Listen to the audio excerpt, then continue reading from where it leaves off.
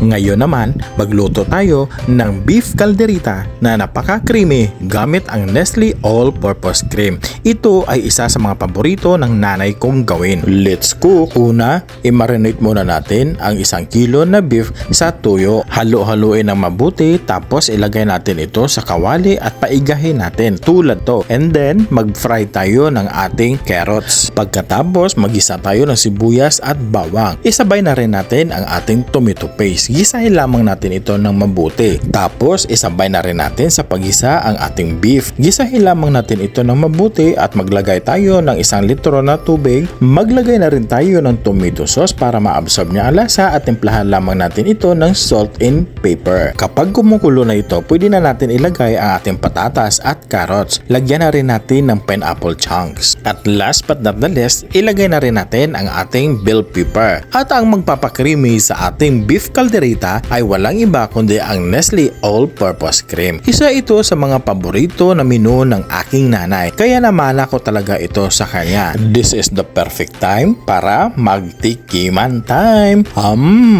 Look at that. Very creamy and very yummy.